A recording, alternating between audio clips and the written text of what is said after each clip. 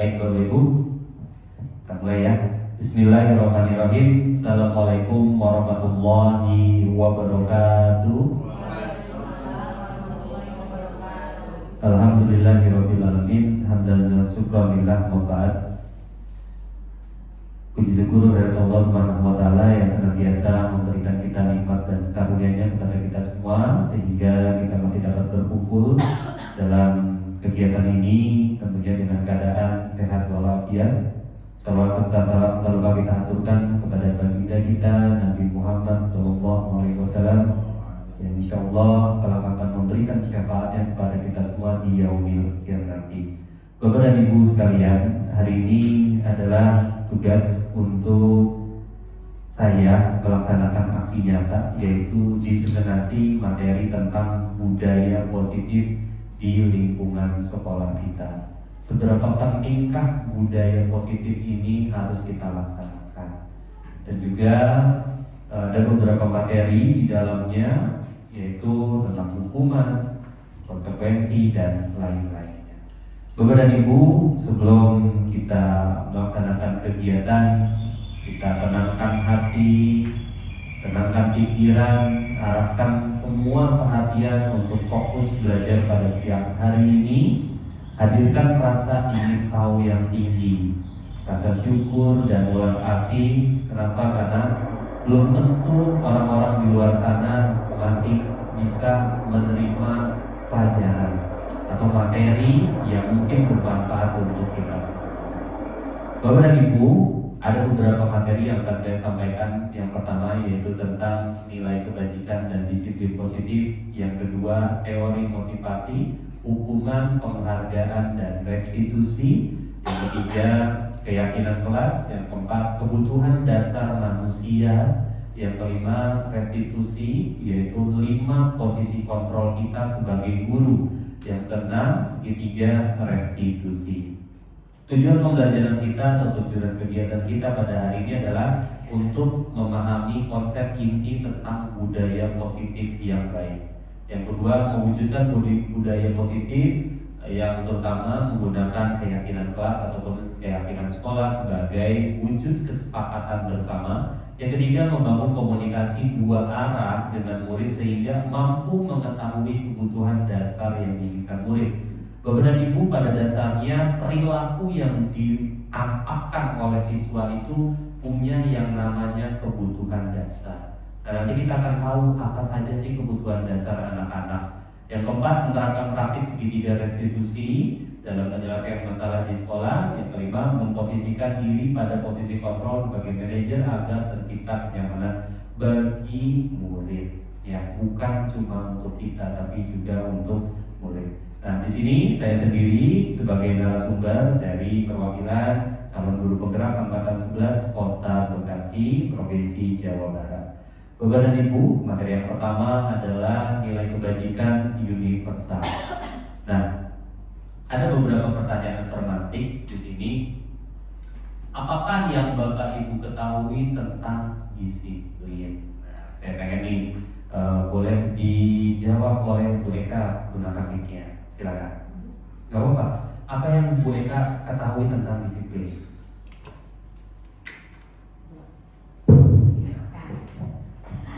Disiplin itu adalah aturan tata tertib yang sudah dibuat. Aturan atau tata tertib yang sudah dibuat. Nah, kalau Bu Rom, apa? Disiplin itu apa menurut Bu Rom? Menurut saya bentuk tanggung jawab untuk suatu peraturan yang ada di institusi ataupun di sekolah tersebut. Oke, aturan ataupun yang sudah disepakati di sekolah tersebut. Nah, itu menurut Bapak Ibu ya, nanti kita akan gali. Nah, yang kedua, langkah apa saja yang Bapak Ibu lakukan terhadap murid yang bermasalah? Contoh anak yang terlambat, kemudian juga anak yang tidak mengerjakan tugas. Saya pengen tahu nih dari sisi Pak Pandu nih, guru baru, boleh gue kasih. Nah, boleh. Pak Pandu, mungkin ketemu nggak kalau anak lagi belajar masuknya telat atau sering ke toilet bolak-balik? Nah, Pak Pandu biasanya melakukan apa? Oh, Pak. Kalau saya secara pribadi, pertama saya tegur dulu, Pak. tanya-tanya kamu kenapa gini, setelah itu saya proses lebih lanjut sesuai dengan keadaan siswanya. Oke, good ya. Jadi ditegur terlebih dahulu, ditanyakan alasannya kenapa dan baru diproses. Oke, yang ketiga, langkah apa yang Bapak Ibu lakukan untuk mendisiplinkan murid? Nah, Pak Agung nih, contoh kalau anak nggak pakai baju seragam, gimana tuh cara mendisiplinkannya supaya anak menggunakan seragam saat olahraga?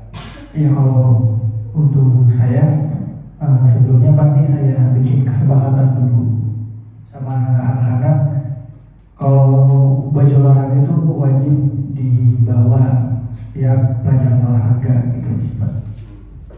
Selalu informasi terlebih dahulu gitu.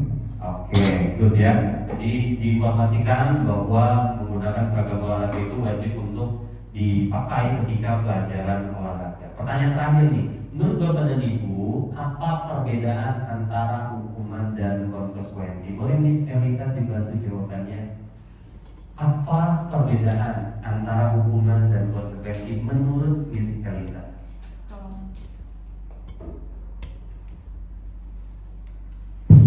Kalau menurut saya, konsekuensi itu adalah akibat dari tindakan yang atau perbuatan yang dia lakukan, sementara hukuman itu adalah sebuah tindakan yang kita lakukan apabila dia melakukan sesuatu.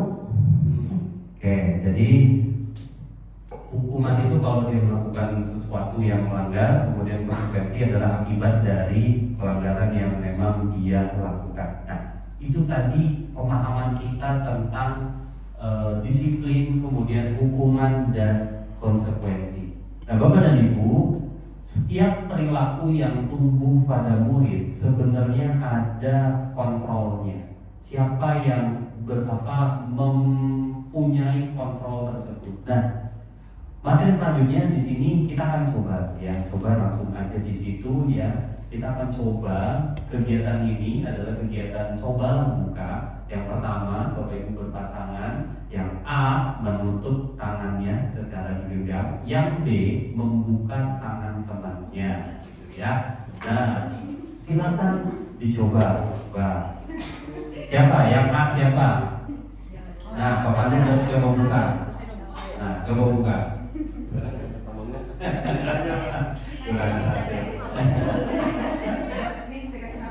Oke, boleh. Ya, itu boleh dengan cara apapun ya. Boleh tadi dikasih hadiah, boleh diintimidasi, ya. Boleh dimarahin.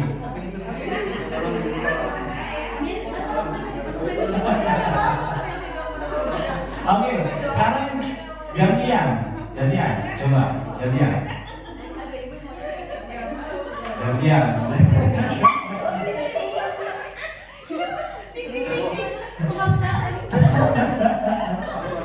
Oke, cukup. Nah, Bapak Ibu tadi sudah merasakan, ya, merasakan ketika Bapak Ibu mengepalkan tangannya dan juga mencoba membuka kepalan tangan dari temannya. Nah, kita lihat beberapa pertanyaan. Yang pertama nih, apakah Bapak dan Ibu tadi saat melakukan membuka kepala temannya itu apakah dibuka atau tidak? Enggak ya, enggak dibuka gitu. Nah, apakah tadi teman kita menutup kepala dengan keras gitu? Iya kan? Mau dikasih hadiah, mau dikasih apa, diintimidasi gitu ya. Tetap kita akan menutup tangan kita. Nah, kenapa sih? Alasannya apa? Ya karena rahasia yang kita punya di sini tidak boleh diketahui oleh orang lain, hanya kita yang tahu. Nah, itu dalam kegiatan ini sesungguhnya siapa yang megang kendali? Diri sendiri, bukan orang lain. Jadi kenapa sih murid berperilaku seperti itu ataupun kita berperilaku seperti ini? Itu karena diri kita, bukan karena orang lain. Nah, Bapak dan Ibu, makna disiplin menurut Ki Hajar Dewantara ini adalah di mana ada kemerdekaan, disitulah harus ada disiplin yang kuat. Sungguh pun disiplin itu bersifat self disiplin, yaitu kita sendiri yang mewajibkan kita dengan sekeras-kerasnya. Tetapi itu sama saja, sebab jikalau kita tidak cakap melakukan disiplin tersebut, wajiblah penguasa lain. Ketika kita nggak bisa mendisiplinkan diri kita, harus ada orang lain. Artinya apa? Harus ada motivasi intrinsik dari diri kita dulu untuk memunculkan disiplin tersebut. Kalau tidak muncul, baru harus ada motivasi ekstrinsik dari luar. Siapa? Yaitu bisa dengan atasan, bisa dengan aturan, dan lain-lainnya untuk mendisiplinkan kita. Kebanyakan orang akan menghubungkan kata disiplin dengan kata tertib, aturan, teratur, dan kepatuhan pada peraturan. Kata disiplin juga sering dihubungkan dengan hukuman. Kemudian padahal itu sungguh berbeda, karena belajar tentang disiplin positif tidak harus dengan cara memberikan hukuman. Justru itu adalah salah satu alternatif terakhir, dan bila perlu tidak digunakan. Karena dampaknya kalau kita coba lihat dengan cara-cara yang mungkin kita lakukan sekarang, apakah anak itu berubah? Tidak. Terlambat tetap terlambat. Kenapa? Motivasi intrinsiknya belum muncul. Kenapa sih dia harus berangkat sekolah pagi? Kenapa sih dia harus ikut belajar? Tujuan mereka sekolah itu apa? Itu belum ada di diri mereka. Akibatnya ya ini, mereka belum bisa mengikuti aturan ataupun yang memang sudah disepakati. Nah, Bapak dan Ibu, kenapa sih kita harus memakai helm? Pasti jawabannya untuk keselamatan. Bukan karena takut didenda kan? Bukan. Tapi apa? Kita tahu kalau kita pakai helm itu untuk keselamatan, untuk melindungi kepala. Nah itu motivasi intrinsiknya. Sadarkan ini pada anak-anak, kenapa harus pakai helm? Kenapa kamu harus belajar? Kenapa? Munculkan itu. Bukan dengan cara-cara memberikan hukuman dan lain-lain. Nah, nilai-nilai kebajikan universal. Nilai-nilai kebajikan yang diyakini seseorang, maka motivasi intrinsiknya akan terbangun. Ketika tadi dia tahu kenapa kita harus pakai helm, oh nilai kebajikannya karena keselamatan. Ketika sudah kita tahu tuh nilai kebajikan yang ada, maka muncul motivasi intrinsiknya. Jadi kenapa kita harus pakai helm? Oh di sana ada polisi. Nah itu bukan motivasi intrinsik. Nah motivasi intrinsiknya apa tadi? Nilai kebajikannya adalah untuk keselamatan. Sehingga menggerakkan motivasi dari dalam untuk dapat mencapai tujuan mulia yang diinginkan. Beberapa institusi organisasi pendidikan di bawah ini telah memiliki nilai-nilai yang diyakini dan disepakati bersama. Nah itulah nilai-nilai kebajikan. Salah satunya tadi adalah keselamatan. Nah Bapak dan Ibu, nilai-nilai kebajikan yang sekarang lagi tren itu adalah nilai dari profil pelajar Pancasila. Ada beriman, bertakwa kepada Tuhan Yang Maha Esa dan berakhlak mulia. Ada berkebinekaan global, bergotong royong, kreatif, bernama kritis, mandiri. Ini yang harus kita tanamkan pada murid-murid kita memang pada kurikulum nasional ini ataupun di masa yang sekarang, karena inilah nilai-nilai kebajikan yang harus mereka miliki. Selain itu apa? Masih banyak Bapak Ibu. Ada peduli, ada rajin, ada integritas, ada rasa hormat, tanggung jawab, pengabdian, banyak banget. Banyak sekali nilai-nilai kebajikan. Nah, ini yang seharusnya kita tanamkan kepada anak-anak, kejujuran dan lain-lainnya. Nah, Bapak dan Ibu, di sekolah kita sudah memiliki sebuah budaya positif atau disiplin positif yang salah satunya adalah penerapan sambutan pagi, ya. Setiap pagi kita menyambut murid-murid kita dengan 5S, senyum, sapa, salam, ya, yang ramah untuk mentransfer energi kepada mereka sehingga mereka lebih semangat lagi ke mengikuti pembelajaran yang akan dilakukan di kelas. Nah, selain itu juga kita melaksanakan kegiatan tadarus pagi, dilaksanakan setiap pagi di hari Senin dan hari Jumat untuk kegiatan-kegiatan tersebut, ya, yang dipimpin oleh siswa itu sendiri dan juga dipimpin oleh guru-gurunya. Selain itu juga kita juga menerapkan, ya, tentang disiplin positif untuk tetap melaksanakan makan dan minum sambil duduk, tidak sambil berdiri. Ini yang harus kita ingatkan kepada anak-anak bahwa pentingnya secara Islam seperti apa, secara kesehatan seperti apa. Nah, itu penting kita tanamkan kepada anak-anak yang kadang mereka belum tahu kenapa sih mereka harus makan dan minum sambil duduk. Nah, sampai ini ada pertanyaan Bapak Ibu? Cukup ya. Baik, lanjut. Nah, motivasi perilaku manusia. Setiap perbuatan pasti ada motivasinya. Ada 3 motivasi Bapak Ibu. Yang pertama itu untuk menghindari ketidaknyamanan atau hukuman. Saya datang pagi karena apa? Takut dihukum, takut dipanggil. Nah, ini motivasi yang pertama. Saya datang pagi-pagi, saya harus ini. Kalau nggak ngerjain tugas nanti disuruh apa? Nah, ini motivasi yang pertama. Yang sering muncul. Yang kedua, untuk mendapatkan imbalan dan penghargaan dari orang lain. Ketika nanti kita sering mengerjakan tugas duluan, biasanya kan dikasih applause sama teman-teman, dikagumi dan lain-lainnya. Yang ketiga, untuk menjadi orang yang mereka inginkan dan menghargai diri sendiri dengan nilai-nilai yang mereka percaya. Menurut Bapak Ibu, dari 3 ini mana yang paling bagus? Nomor 3 ya. Menghargai diri sendiri. Jadi kita kenapa tidak datang telat ya? Supaya menghargai diri sendiri kita, bukan karena takut dihukum atau tidak nyaman dilihat siswa karena kita datang terlambat, bukan itu, tapi hargai diri sendiri. Dan karena kita punya nilai kebajikan, yaitu integritas. Kalau kita harus datang pagi.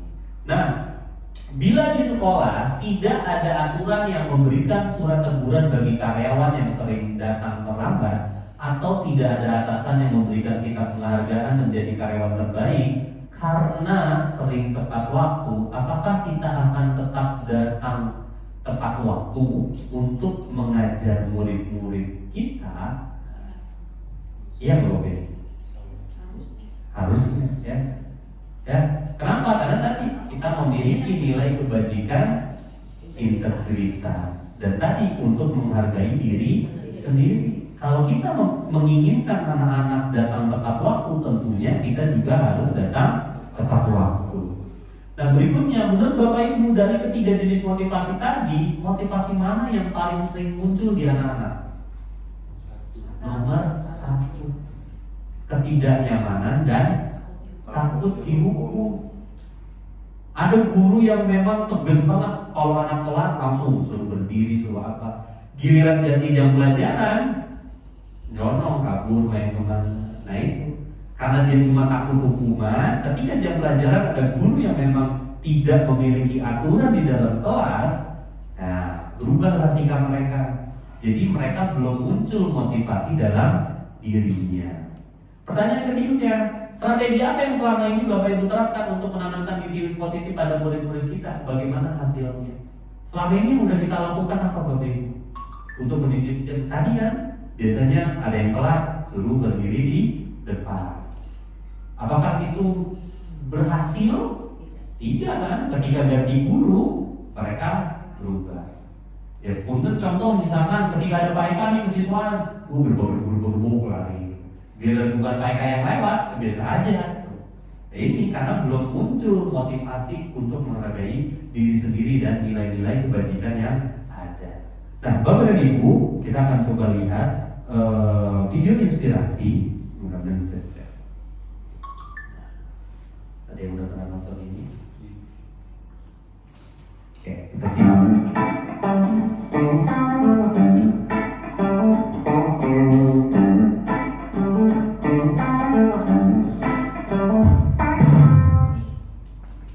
Pertanyaan pertama,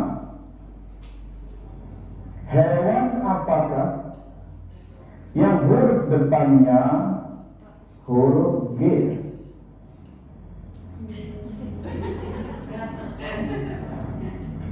Iya mungkin ini. Jawabannya gajah Pak Guru. Betul.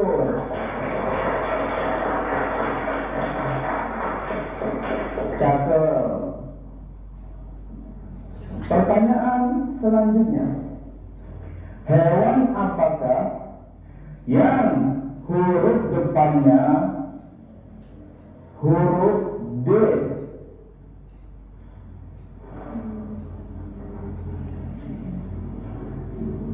Mungkin jawabannya dua gajah Pak Guru.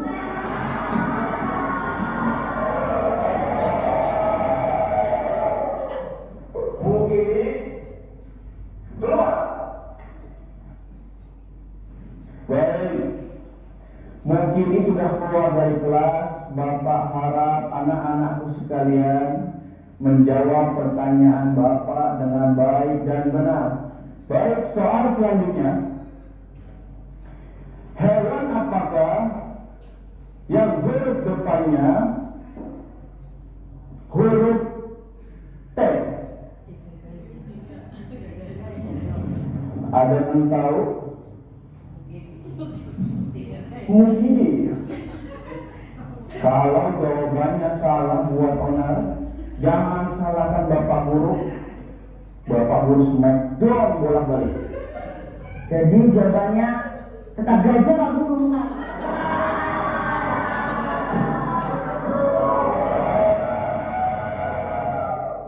Mungkin ini. Pulang.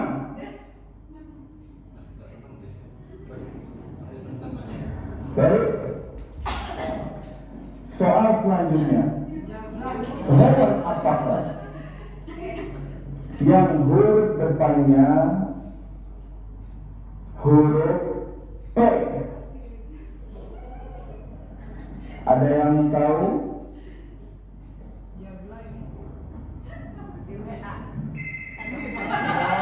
Assalamualaikum. Ya masih Pak. Jadi jawabannya pasti gajah Pak.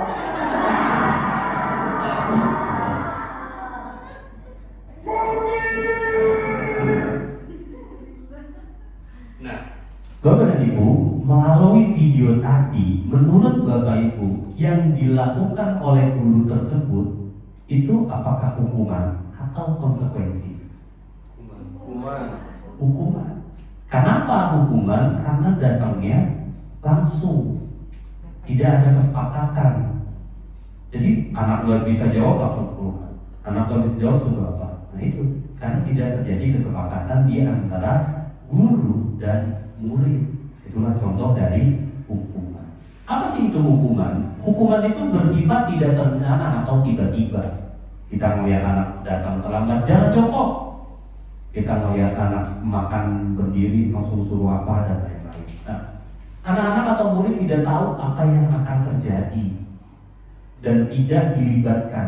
Hukuman bersifat satu arah, hanya dari guru Bapak Ibu yang memberikan, dan murid hanya menerima hukuman tanpa kesepakatan. Itu adalah hukuman. Lalu apa itu konsekuensi? Konsekuensi itu sendiri apa? Konsekuensi itu sudah terencana. Kita udah bikin aturan. Oke, nah, kamu mau apa konsekuensinya? Kalau kamu datang terlambat, konsekuensinya apa? Dia yang suruh milih, bukan kita yang menentukan.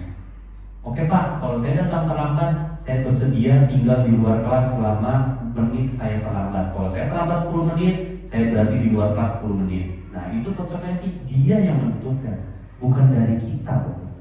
Supaya tidak terjadi lagi ketika mungkin kita memberikan sebuah konsekuensi, orang tua akan bertanya, emang masih zaman ya anak ketika nggak masuk atau gimana dihukum suruh nulis saya terlambat, dan nah itu kan keinginan anaknya, bukan dari sekolah. Orang tua harus tahu itu adalah yang namanya konsekuensi. Lalu, nah yang paling baik apa? Yang paling baik itu kita melakukan yang namanya restitusi, Bapak. Restitusi ini adalah proses menciptakan kondisi bagi murid untuk memperbaiki kesalahan mereka. Jadi ketika mereka tahu nih, oke, kamu melakukan kesalahan, tadi terlambat. Coba jelasin alasannya apa? Kenapa kamu bisa terlambat? Ditanya balik lagi Bapak Ibu, bagaimana caranya kamu biar gak terlambat? Oke, besok berarti biar kamu gak terlambat, kamu harus ngapain? Lanjutin. Bukan kita yang ngasih solusi, tapi mereka yang mencari solusi. Itulah yang namanya restitusi. Jadi bukan kita yang menawarkan solusinya, tapi anak-anak sendiri yang harus mencari solusinya seperti apa. Nah, Bapak dan Ibu, nah ini adalah perbedaan antara hukuman, konsekuensi, dan restitusi. Apa bedanya Bapak Ibu? Kalau hukuman itu bisa membawa murid kepada identitas gagal. Sedangkan kalau identitas sukses, disiplin, itu bisa menggunakan konsekuensi dan restitusi. Contoh apa nih? Hukuman itu sesuatu yang menyakitkan dan harus terjadi. Kalau konsekuensi, sesuatu yang harus terjadi, yang tadi disampaikan oleh Bu Elisa. Kalau misalkan kamu numpahin minuman, ya kamu tanggung jawab bersihin mejanya supaya kering. Nah, restitusi merupakan pilihan. Ketika kamu numpahin minum, kamu mau ngapain? Aku mau bersihin, pakai apa? Pakai ini, silakan bersihin. Itu restitusi. Hampir sama. Bedanya mungkin kalau konsekuensi sudah tertulis ketika kita terlambat harus apa? Ketika kita tidak mengerjakan tugas, konsekuensinya apa? Nah itu. Kalau restitusi mungkin tidak ada di dalam konsekuensi, tapi tawarkan, oke, kamu kemarin gak ngerjain tugas, berarti kamu harus kayak gimana? Langsung ditanya ke anaknya, oke Pak, saya akan ngerjain. Gimana cara kamu ngerjain? Aku mau lihat soal anak teman aku, besok aku ngerjain dan jam segini aku kumpulin. Oke, nah dia sendiri. Tapi tidak ada konsekuensi. Pasti kalau konsekuensi kan ketika kamu tidak mengerjakan tugas, oke, besok kamu piket bersihin ini. Nah itu biasanya kayak gitu konsekuensi. Tapi kalau restitusi, balikan kepada anak bagaimana caranya mereka mempertanggungjawabkan apa yang mereka buat. Kalau hukuman tidak nyaman Bapak Ibu, nah pada jangka panjang, ini yang sering terjadi Bapak Ibu. Ini saya kemarin nonton video di YouTube. Ada sebuah video yang menjelaskan ketika kita sebagai orang tua menghukum anak dengan cara yang tidak baik, maka kalau itu tidak terobati Bapak Ibu, efeknya di sini. Anak itu ketika nanti berkeluarga akan berperilaku sama dengan orang tuanya, walaupun udah lama banget pasti. Ini karena terbiasa dengan hukuman. Nah, tapi kalau konsekuensi ini bisa pada jangka waktu yang pendek, tidak nyamannya, karena dia tahu dia sendiri yang milih konsekuensinya apa kalau kamu melakukan itu. Kalau restitusi bisa menguatkan murid, bedanya menguatkan murid dalam jangka yang panjang. Nah, kalau di sini korban mendapatkan keadilan, korban bisa diabaikan, korban mendapatkan ganti. Nah, kita lihat lagi, kalau hukuman itu sifatnya negatif, sedangkan kalau konsekuensi netral. Kalau restitusi itu adalah positif Bapak Ibu. Awas kalau dilakukan lagi ya, nanti awas kamu. Nah ini negatif kalimatnya. Tapi kalau konsekuensi, lakukan apa yang saya katakan. Oke, karena kamu yang numpahin, silakan bersihin. Nah kalau yang di sini positif, apa hal ini yang sesungguhnya ingin kamu lakukan? Oke Kak, tadi kamu cabut dari sekolah. Emang kamu sebenarnya pengen apa melakukan kayak gitu? Alasannya apa sih? Kenapa sih? Nah, nanti akan diterangin Bapak Ibu ke dalam 5 kebutuhan dasar. Setiap perilaku ada kebutuhan dasarnya. Nah, di sini kalau hukuman modenya adalah paksaan, dipaksa namanya. Sedangkan kalau konsekuensi itu stimulus respon, mendorong supaya anak menjadi patuh terhadap peraturan yang sudah dibuat. Kalau teori kontrol mendorong disiplin positif. Itu perbedaannya Bapak Ibu. Nah, selanjutnya restitusi itu apa? Restitusi itu bukan untuk menebus kesalahan, namun untuk belajar dari kesalahan. Ketika kita melakukan ini, oke, itu adalah sebuah kesalahan. Setiap manusia pasti pernah melakukan kesalahan. Lalu bagaimana cara kamu memperbaikinya? Ya ini, untuk belajar dari sebuah kesalahan supaya mereka tidak mengulangi lagi. Kalau dia masih mengulanginya lagi, ya ini berarti dia tidak mempelajari, belajar dari sebuah kesalahan. Restitusi untuk memperbaiki hukuman, restitusi adalah tawaran bukan paksaan, dan juga restitusi untuk mengembalikan murid yang berbuat salah mengembalikan murid yang berbuat salah pada kelompoknya, biar mereka dihargai lagi Bapak Ibu. Serta restitusi itu menguatkan dan fokus pada solusi, bukan tentang hukumannya. Itulah restitusi. Maka mengapa kita penting di dalam pembinaan murid di sekolah kita, gunakanlah yang namanya restitusi, bukan lagi dengan hukuman. Kalau mau konsekuensi tadi, buat dulu keyakinan kelasnya, aturannya seperti apa. Kalau kamu begini, kamu maunya gimana? Dari mereka untuk mereka, bukan dari kita untuk mereka. Jadi pendidikan yang baik itu bukan menuntut, tapi menuntun. Kita nuntut anak, oke kamu kerjain ini, kumpulin jam segini, gini. Nah itu yang senang siapa ketika anak kumpulin kita? Yang terbebani anak. aduh malah coba IPS belum, tugas matematika belum, ini ada lagi tugas gitu kan. Anak-anak pusing itu langsung. Nah itulah pendidikan itu menuntut bukan menuntut. Nah Bapak dan Ibu, kita akan coba tanya jawab di sini.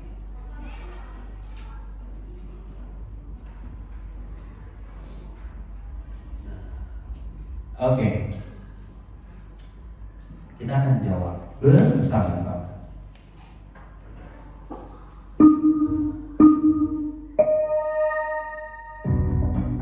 Oke, yang pertama, lari mengelilingi lapangan basket 2 kali karena terlambat hadir di sekolah, hukuman atau konsekuensi? Hukuman, ya? Iya, benar. Kita cek. Membersihkan coretan yang dibuatnya di meja tulis, hukuman atau konsekuensi? Konsekuensi ya. Yang ketiga, murid diminta push up 15 kali karena tidak menggunakan masker ke sekolah. Hukuman. Kemudian, menggantikan kertas tugas teman yang telah dicoret-coret. Konsekuensi. Tanggung jawab. Berjemur di lapangan basket pukul 12 siang karena mengobrol dengan teman. Terakhir, membersihkan WC sekolah karena mematahkan pensil kawannya. Konsekuensi apa hukuman? Hukuman apa konsekuensi? Kesalahan yang dilakukan apa? Matahin pensil, seharusnya mengganti pen. Kenapa harus bersihin WC?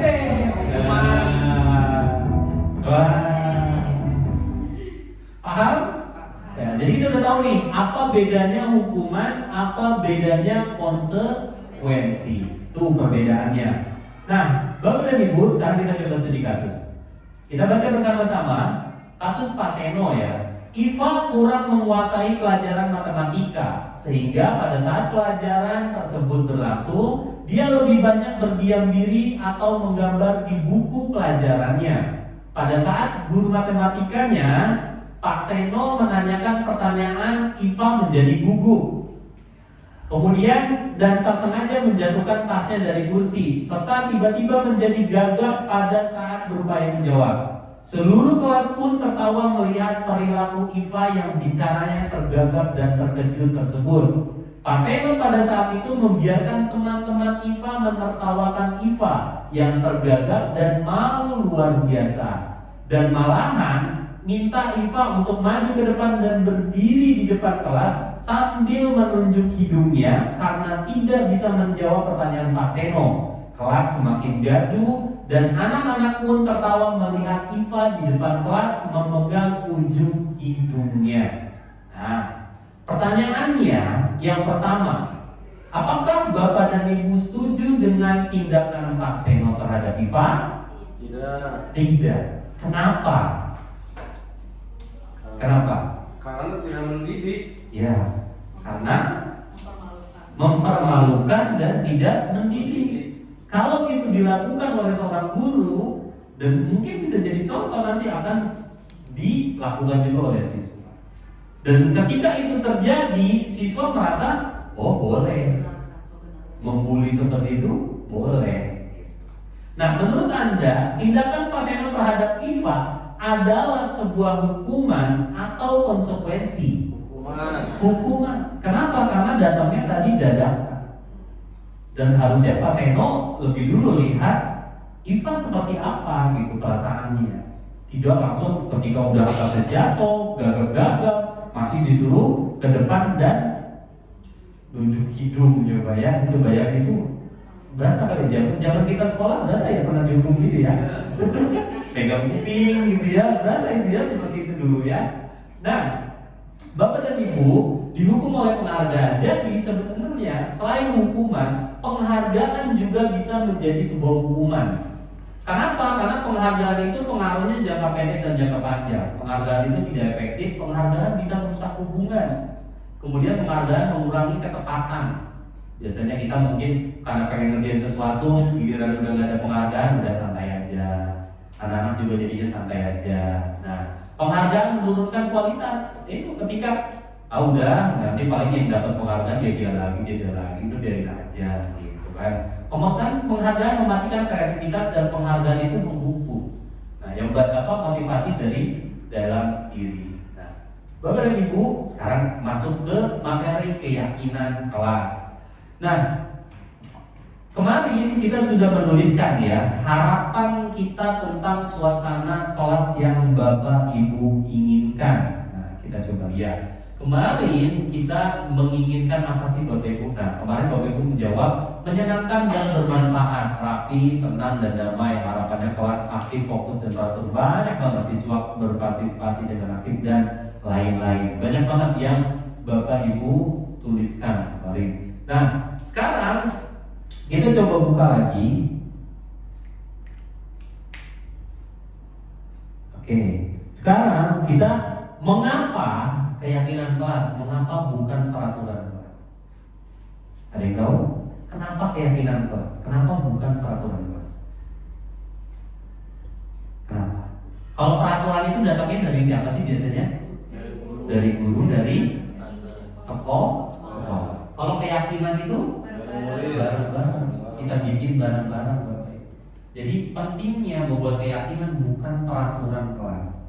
Nah, pembentukan keyakinan sekolah ataupun keyakinan kelas ini sifatnya abstrak daripada peraturan yang lebih rinci dan konkret. Kalau peraturan tidak boleh ini, jangan begini. Nah, kalau keyakinan kelas itu sifatnya abstrak, tanggung jawab. Nah, mereka harus belajar bertanggung jawab apa aja.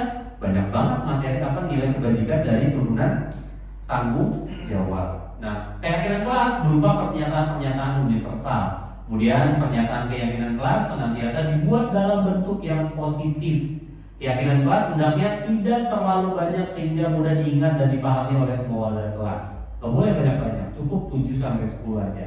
Keyakinan kelas sebaiknya sesuatu yang dapat diterapkan di lingkungan sekolah. Semua warga kelas hendaknya ikut berkontribusi dalam pembuatan keyakinan kelas. Ya, karena kegiatan itu lewat curhatan pendapat mereka, bersedia meninjau kembali. Ketika kita sudah membuat keyakinan kelas, ketika besok masuk, kita tanya lagi anak-anak, keyakinan kelas kita masih cocok nggak nih? Ada yang perlu dirubah nggak? Ada yang perlu ditambah nggak? Oh itu Pak, keyakinan kelas yang itu Pak tuh tertib mengikuti pembelajaran. Ternyata masih ada anak yang tidak tertib. Berarti harus gimana? Balikin ke anak-anak. Nah, harus seperti apa kamu ketika ikuti pelajaran? Karena kita sudah sepakat dengan keyakinan ini, berarti semuanya harus ikut dalam aturan tersebut. Nah, Bapak dan Ibu, karena kita coba menentukan nilai kebajikan apa yang muncul di dalam peraturan ini, kembalikan barang ke tempatnya. Menurut Bapak Ibu itu nilai kebajikannya apa? Tanggung jawab. Dilarang mengganggu orang lain. Hadir di sekolah 15 menit. Dilarang melakukan kekerasan, dilarang menggunakan narkoba, bergantian atau menunggu giliran, dilarang merokok, menggunakan masker, berjalan di kelas. Kita lihat jawabannya. Nah, dilarang mengganggu orang lain itu adalah keamanan. Hadir di sekolah adalah integritas. Dilarang melakukan kekerasan, yaitu saya. Dilarang menggunakan narkoba, berprinsip. Kita punya prinsip. Kemudian bergantian atau menunggu giliran, kesabaran. Dilarang merokok, kesehatan. Menggunakan masker, peduli. Berjalan di kelas dan di koridor, tentunya adalah keselamatan. Karena kalau kita lari-lari bisa jatuh, kepala bisa bocor dan lain-lain. Nah, Bapak dan Ibu, ini adalah contoh kemarin ketika sekilas ya highlight aja untuk pembuatan keyakinan kelas yang saya lakukan di pelajaran matematika pada saat jam pelajaran di kelas 9A. Jadi anak-anak diminta untuk menuliskan aturan mereka sendiri apa. Nah, setelah mereka menuliskan aturan tersebut, aturan yang mereka buat yang ada kata negatif kita rubah jadi positif. Setelah menjadi kalimat positif, kita tentukan nilai kebajikannya apa. Baru menggunakan tabel T dan tabel Y. Nah, seperti apa? Kita akan lihat ini. Nah, prosedurnya adalah seperti ini Bapak Ibu. Yang pertama itu mempersilakan warga sekolah atau murid-murid untuk berjuara pendapat tentang peraturan yang disepakati. Ini contoh anak-anak suruh milih. Dilarang membuang sampah, jangan berisik, jangan datang terlambat, dilarang makan dan minum saat belajar, dilarang ke toilet untuk laki-laki ya, nggak boleh berdua. Ini aturan, mereka yang nentuin. Setelah mereka menentukan aturan, langkah kedua, oke ini udah ditulis. Langkah kedua itu kita buat ini menjadi positif, Bapak Ibu. Apa caranya? Dilarang itu negatif, Bapak Ibu. Kita ganti jadi membuang sampah pada tempatnya. Jangan berisik, berarti kita ganti mengikuti pelajaran dengan tertib. Kemudian jangan datang terlambat, datang ke kelas tepat waktu. Dilarang makan dan minum, ya kita sepakati dulu, boleh minum nggak? Kalau minum mungkin boleh lah ya gitu, kalau makan mungkin seperti apa. Minum dengan teratur saat pelajaran, harus teratur karena kalau nggak tertumpah dan lain-lain ya. Dilarang ke toilet berdua untuk laki-laki, pergi ke toilet sendiri untuk laki-laki. Nah ini setelah kita munculin peraturan, buat jadi positif. Habis jadi positif, lalu kita apain? Tentuin nilai kebajikannya. Buang sampah itu nilai kebajikannya apa? Kebersihan. Mengikuti pelajaran dengan tertib, komitmen. Kemudian datang ke kelas tepat waktu, integritas. Minum dengan teratur saat pelajaran, kebersihan. Pergi ke toilet sendiri untuk laki-laki, keteraturan. Ini berarti nanti ini yang kita paham. Terus Pak, konsekuensi tadi kita perlu nggak? Ya untuk tahap awal silakan kalau mau gunakan konsekuensinya. Oke, kalau kamu melakukan ini konsekuensinya apa? Mereka yang tentuin. Nah, tapi sejatinya kita nggak perlu gunakan ini untuk menanamkan nilai-nilai kebajikan pada mereka. Nah, kebersihan itu seperti apa? Tanamkan kepada mereka. Setelah kita punya nilai ini, Bapak Ibu, lalu kita buat tabel T ya. Tabel T ini maksudnya apa? Tampak seperti, tidak tampak seperti. Contoh nilai kebajikannya adalah hormat. Datang tepat waktu, segera hadir terlambat. Sering datang hadir terlambat. Nah ini perlu nggak sih ditampilkan anak? Silahkan kalau boleh. Tapi kalau sampai ke tahap yang ini aja gimana? Cukup sebenarnya. Tapi lebih baik kita masukkan ke sini, bahkan sampai ke tabel yang Y ini terlihat, terdengar, dan berperilakunya seperti apa, tersenyum ramah, anak-anak harus berperilaku kayak gimana. Dan sampai ke tahap ini supaya mereka tahu guru itu tugasnya apa, murid tugasnya apa. Guru nggak boleh kayak gini, murid nggak boleh kayak gini. Mereka harus tahu seperti apa. Nah inilah 6 langkah untuk menentukan atau membuat keyakinan kelas. Nah Bapak dan Ibu, tadi saya membicarakan bahwa semua perilaku anak itu ada dasarnya. Apa dasarnya? Dasarnya adalah kebutuhan dasar pada diri mereka atau kebutuhan dasar manusia. Ada 5 kebutuhan dasar manusia Bapak Ibu. Mungkin ini yang kita rasakan. Yang pertama apa? Bertahan hidup. Kebutuhan bertahan hidup ini adalah kebutuhan yang bersifat fisiologis dan untuk bertahan hidup, misalnya kesehatan, rumah, makanan. Terjadi nggak Bapak Ibu? Pernah nggak Bapak Ibu lihat ada anak di sekolah kita, murid, suka minta-minta makanan? Ya. Nah ini, dia punya kebutuhan ini. Bisa jadi dia nggak dikasih uang, dia nggak dibawain bekal. Untuk bertahan hidup, dia minta itu. Ini kebutuhan. Cuma kita nggak pernah tahu, pasti kita ngomongin, hei jangan minta-minta uang makanan ini. Gitu. Kita nggak tahu padahal dia punya kebutuhan ini. Harusnya digali kenapa kamu kayak gitu. Emang kamu nggak dikasih uang jajan, kamu nggak dikasih bekal, kenapa? Nah ini sebenarnya mereka punya kebutuhan. Kebutuhan apa lagi? Contoh, kasih sayang dan rasa diterima. Kebutuhan untuk disayangi dan diterima melalui kebutuhan akan hubungan dan koneksi sosial. Kebutuhan untuk memberi dan menerima kasih sayang dan kebutuhan untuk merasa menjadi bagian dari suatu kelompok. Sering kan terjadi bikin kelompok dalam kelas, ada anak yang nggak mau sekelompok sama dia. Terus apa yang kita lakukan? Membiarkan dia sendirian? Enggak, harusnya. Karena dia punya ada kebutuhan ini, ini yang harus kita pakai. Harus gimana kita polanya? Tadi menggunakan restitusi itu. Gimana caranya tuh supaya si anak diterima menjadi bagian suatu kelompok lain. Kemudian apa lagi? Kebebasan. Kebutuhan untuk bebas adalah kebutuhan akan kemandirian, otonomi, memiliki pilihan dan mampu mengendalikan arah hidup seseorang. Bebas. Contoh, anak-anak kemarin pengen motornya digini itu mereka punya ini nih, punya kebutuhan yang namanya bebas. Kenapa sih Pak nggak boleh bawa motor kayak gini kan gitu? Mereka pengen kebebasan gitu. Kemudian apa lagi? Kesenangan. Kebutuhan akan kesenangan adalah kebutuhan untuk mencari kesenangan bermain dan bertapa. Ada anak main-mainan air dan lain-lain, itu kebutuhannya untuk apa? Ya ini kesenangan. Ada anak main bola terus sudah kita bilangin apa? Ini kebutuhan mereka. Pengen senang-senang. Itu. Yang terakhir adalah penguasaan. Penguasaan ini adalah kebutuhan ini berhubungan dengan kekuatan. Dan anak yang pengen banget diakuin. Kalau anak ini adalah pentolan bahasanya gitu ya, tapi bahasa kasar. Ada beberapa anak yang pengen didengarkan oleh teman-teman yang lain, kemudian diakui oleh prestasinya dan lain ini yang baik ya. Gitu. Nah inilah kebutuhan dasar. Jadi setiap perilaku anak datang terlambat pasti ada kebutuhannya Bapak Ibu. Kenapa kamu datang terlambat? Nah ini kita cari. Ada anak mungkin kemarin tuh misalkan cabut keluar kemana, kebutuhannya apa? Makan mie kemarin, ya bisa jadi nih. Karena siang udah lapar, pengen sholat Jumat, makan mie gitu ya. Dalam gak ada mie, pengen banget tuh dia senang kayaknya makan mie kan. Nah ini kebutuhan mereka dua ini.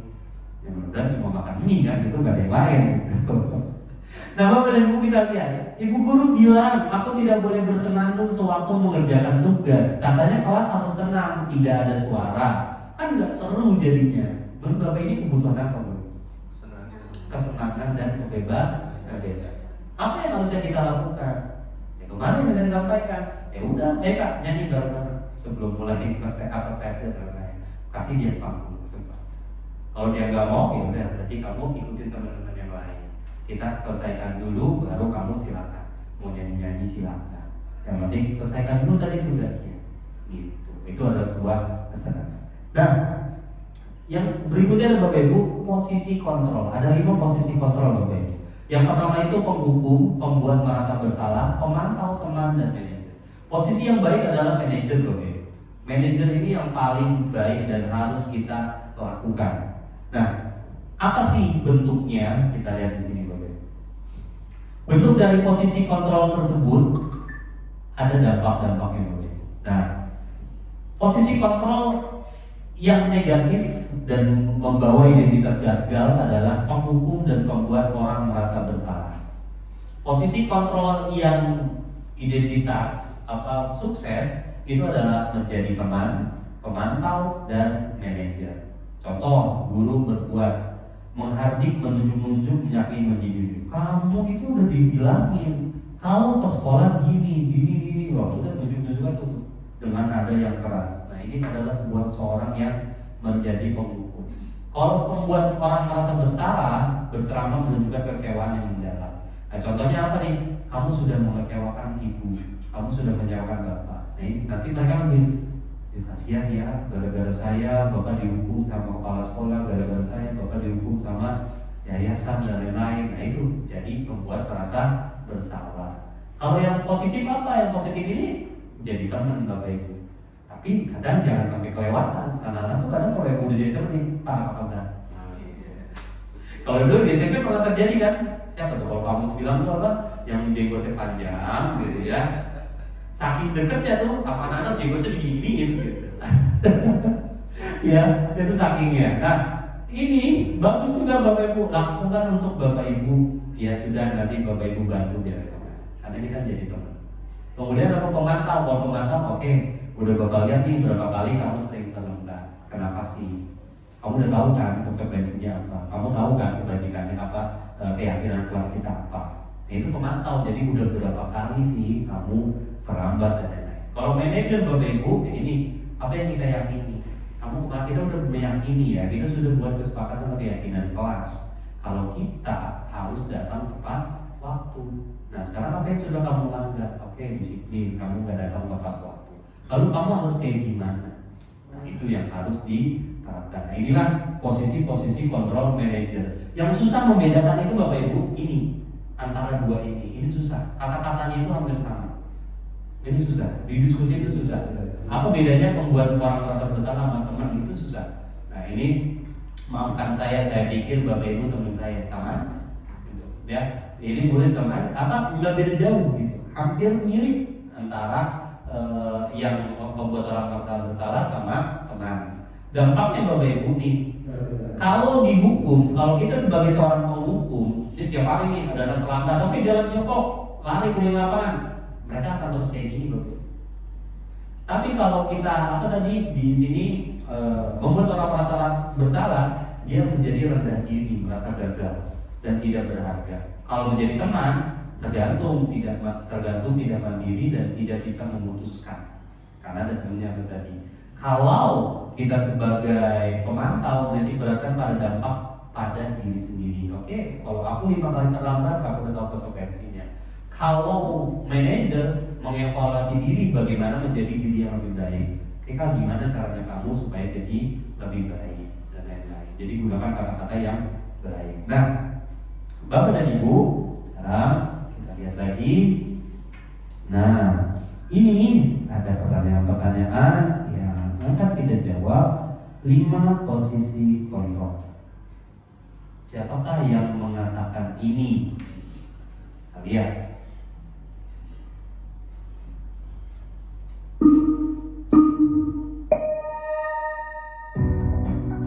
Saya kecewa sekali dengan kamu.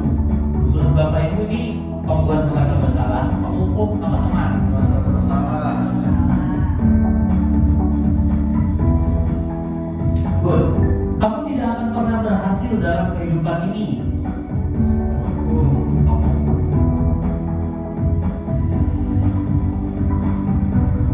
Berapa kali sih saya sudah mengatakan kepada kamu? Apa? Memantau?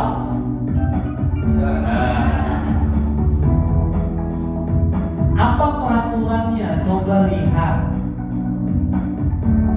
Nah, ini baru memantau. Karena disuruh lihat.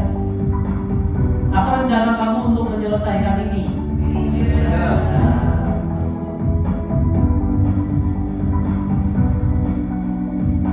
Ayolah, lakukan demi ibu ya. Biar ibu nggak diomelin. Kerjain tugasnya. Gimana coba? Kalau orang tua kamu tahu kamu berbuat salah begini. Nah, betul. Membuat rasa bersalah. Ya sudah, kali ini tidak apa-apa. Nanti Bapak bantu bereskan.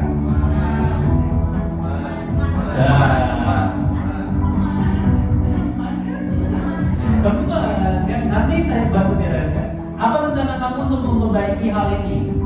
Ya. Patuhi aturan saya, awas.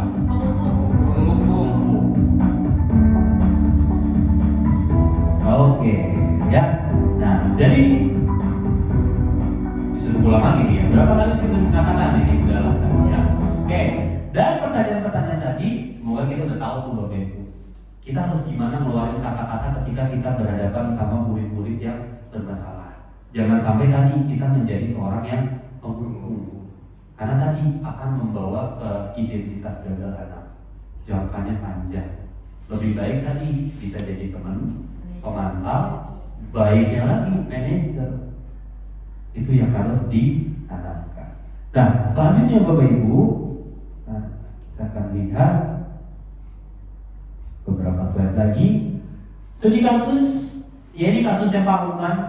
Pak Luman menanyakan Sabrina, apa peraturan sekolah tentang warna sepatu? Sabrina menjawab sudah mengetahui sepatu harus berwarna hitam, namun terburu-buru dan salah mengenakan sepatu. Selain tidak mungkin kembali pulang karena rumahnya jauh, Pak Luman tetap bersikeras pada peraturan yang berlaku dan mengatakan, ya sudah, kamu sudah melanggar peraturan sekolah. Kamu salah, sudah terlambat, salah pula warna sepatunya. Segera buka sepatumu kalau tidak bisa mengenakan warna sepatu sesuai peraturan.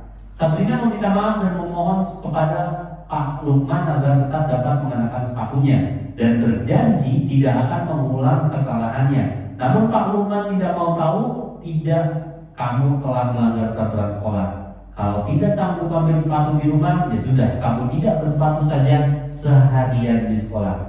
Sekarang copot sepatunya dan berikan kepada Pak Lukman. Seharian Sabrina tidak berani berkeliling sekolah karena malu tanpa alas kaki. Nah, Bapak dan Ibu, dalam kasus tersebut yang pertama, sikap posisi apakah yang sudah diambil Pak Lukman menurut Bapak Ibu? Penghukum. Karena bisa jadi tadi harusnya Sabrina tanya dulu sudah berapa kali kamu menggunakan sepatu seperti ini. Oke, karena kamu baru 1 kali, hari ini gak apa-apa. Tapi besok jangan sampai seperti itu, silakan kamu masuk kelas. Harusnya kan seperti itu. Jadi itu adalah sebuah penghukum. Karena apa tadi kan? Kamu udah melanggar peraturan, kamu salah, kamu ini. Nah itu kata-kata yang membuat Pak Lukman adalah seorang penghukum. Bila Pak Lukman menjadi seorang manajer, kira-kira apa yang dikatakan? Tadi kan? Oke. Setiap manusia pasti punya kesalahan. Apa? Alasan kamu tadi sudah dijelaskan katanya seperti ini. Berarti untuk besok supaya kamu nggak kesiangan seperti apa harusnya? Karena masalahnya ini kesiangan kan? Gara-gara kesiangan dia salah pakai sepatu. Kalau dia nggak kesiangan mungkin dia nggak salah pakai sepatu. Jadi solusinya apa? Tanyain ke anaknya. Solusinya apa Kak? Oke, besok aku harus bangun pagi gini. Besok aku nggak akan pakai sepatu lagi warna ini sesuai dengan keyakinan yang sudah dibuat. Nah, itu kalau dia menjadi seorang manajer. Kira-kira nilai kebajikan apa yang ingin dituju oleh peraturan harus berwarna hitam? Apa tadi? Prinsip atau disiplin?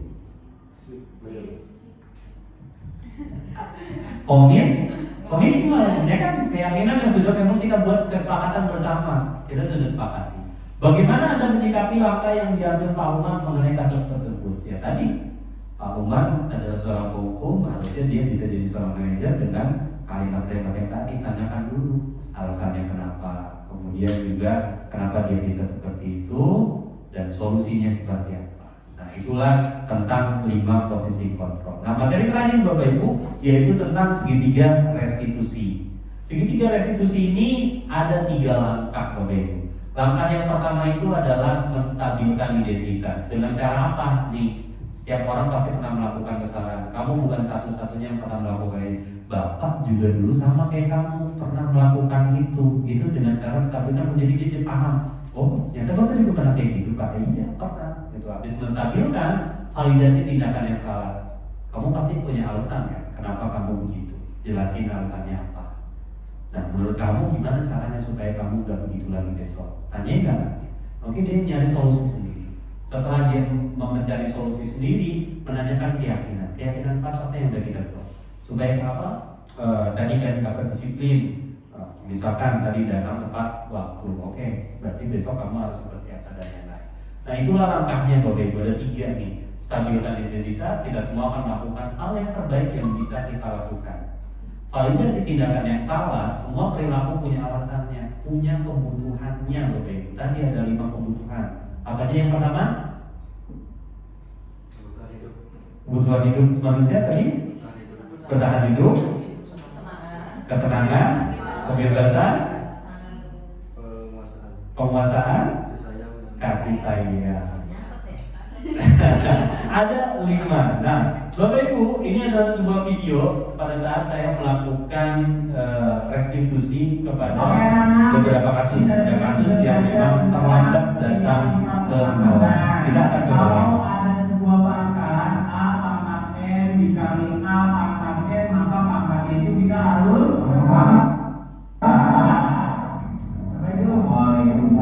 dari mana aja dari sini baru masuk sampai semua Pak. Oh gitu. Ya silakan itu nanti video pelajaran soal supaya nanti nama dari anak tetap mendapatkan hak belajarnya.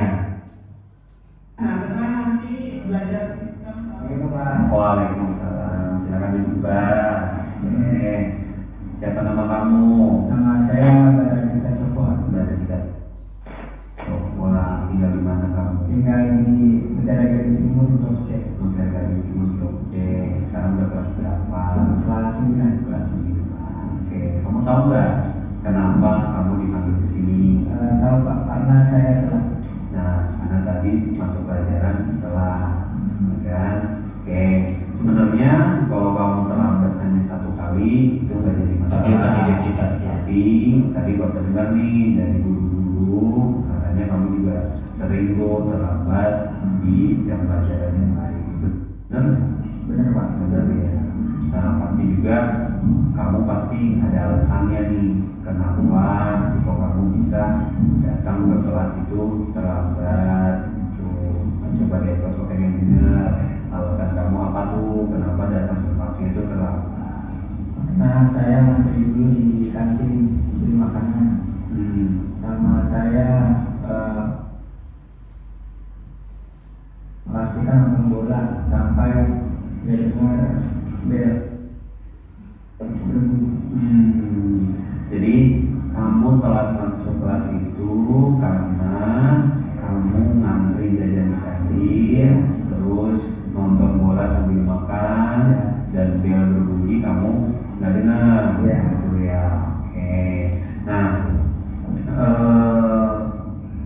alasan kamu. Nah, kemudian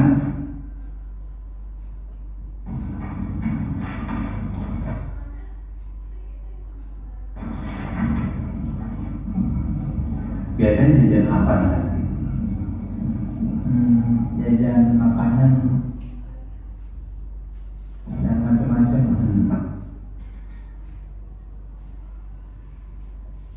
Macam-macam ya.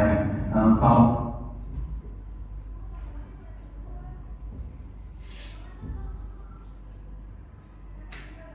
Oke, loading lah, nanti dilanjutkan ya. Nah, Bapak Ibu tadi prosesnya. Proses yang pertama itu kita stabilkan identitas. Kenapa kamu dipanggil ke sini, dan alasannya kenapa dan lain-lainnya. Kemudian validasi tindakan yang salah. Apa sih tadi kenapa kamu terlambat? Oh, karena ini Pak, ini. Nah, lalu nanti di tahap menanyakan sebuah keyakinannya adalah tadi apa? Disiplin, datang ke kelas tepat waktu dan lain-lain. Nah, harapannya Bapak Ibu, besok kita ketika ketemu murid-murid yang memang melakukan kesalahan, kita lakukan tahapan menggunakan restitusi. Pak, kayak terlalu kalem gitu ya, adem gitu ya, nggak ada kekek gitu, kayak nggak ada bentakannya gitu. Anak-anak nggak akan disiplin gitu. Ya emang tujuan kita kan bukan itu. Tujuan kita apa? Memunculkan disiplin positif yang dimana motivasi intrinsiknya muncul. Ketika motivasi intrinsiknya muncul, kenapa sih saya harus datang tepat waktu? Kenapa sih saya harus pakai baju yang lengkap? Harapannya kayak gitu. Nah, langkah awal tadi mungkin kita bisa gunakan peraturan, konsekuensi. Nah, tadi menggunakan keyakinan kelas. Tapi tahapannya kita harus sampaikan juga kepada orang tua kalau memang kita sudah mempunyai keyakinan dan konsekuensi yang dibuat itu oleh anak-anak sendiri. Nah, begitu Bapak Ibu. Ada pertanyaan sampai sini Bapak Ibu? Cukup? Baik, Bapak dan Ibu, kita cukupkan untuk materi kita. Nanti ini saya share. Bapak Ibu silakan, ya, termasuk yang kemarin, silakan untuk mengisi refleksi kegiatan kita hari ini seperti apa yang sudah Bapak Ibu dapatkan, perasaannya bagaimana, pembelajaran apa yang Bapak Ibu dapatkan, kemudian penerapannya apa yang akan Bapak Ibu lakukan. Ya, nanti saya share link yang kemarin belum saya share ya. Cukup sekian dari saya, mudah-mudahan materi ini bermanfaat, ya, menambah pengetahuan kita dan juga menyikapi bagaimana kita memunculkan disiplin positif pada anak-anak. Sejatinya pasti hanya tinggal beberapa persen aja di sekolah kita yang memang perlu kita tanamkan disiplin positif dengan restitusi tadi. Ya Bapak Ibu, langkah awal tentunya untuk guru-guru mata pelajaran silakan buat yang namanya keyakinan kelas terlebih dahulu. Setelah buat keyakinan kelas, kalau memang ada yang bermasalah, baru langkahnya menggunakan segitiga restitusi untuk pembinaannya. Terima kasih, kurang lebihnya mohon maaf. Wassalamualaikum warahmatullahi wabarakatuh.